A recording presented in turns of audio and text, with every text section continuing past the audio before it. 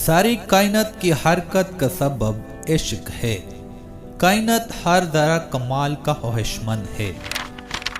اگر میرا علم مجھے انسان سے محبت کرنا نہیں سکھاتا تو ایک جاہل مجھ سے 1000 درجہ بہتر ہے۔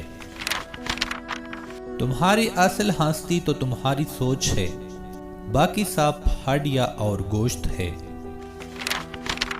انسان اپنی غلطی پر تو اچھا وکیل بن جاتا ہے، مگر دوسروں کی غلطیوں پر سیدھا جج بن جاتا ہے۔ کچھ رشتے کرائے کی مکان کی طرح ہوتے ہیں، انہیں جتنا مرضی سجا لو کبھی اپنے نہیں ہوتے۔ موت کا ذائقہ سب کو چکانا ہے، لیکن زندگی کا ذائقہ کسی کو نصیب نہیں ہوتا ہے۔ رشتے خوبصورت آواز، اونچے مرتبے اور خوبصورت چہرے سے نہیں بنتے، بلکہ خوبصورت دل اور نہ ٹوٹنے والے بھروسے سے بنتے ہیں۔ آپ صرف ایک دفعہ جیتے ہیں، لیکن اگر آپ اسے صحیح طریقے سے جیتے ہیں تو وہی کافی ہے۔ 1000 قابل انسان مر جانے سے اتنا نقصان نہیں ہوتا جتنا ایک اہم کے صاحب اختیار ہو جانے سے ہوتا ہے۔ صبر کبھی نہ مانگو، کیونکہ صبر کسی چیز کو دینے کے بعد حاصل ہوتا ہے۔ ہمیشہ سکون مانگو، سکون حاصل کرنے کے لیے کسی چیز کو کونا نہیں پڑتا۔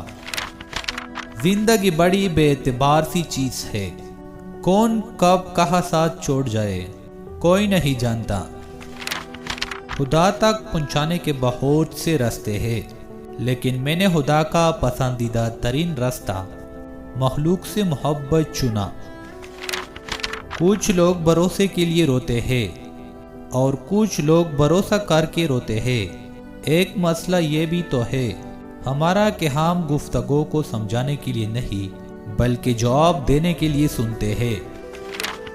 حد سے زیادہ حساس اور حد سے زیادہ سوچنے والے لوگ کبھی خوش نہیں رہ سکتے۔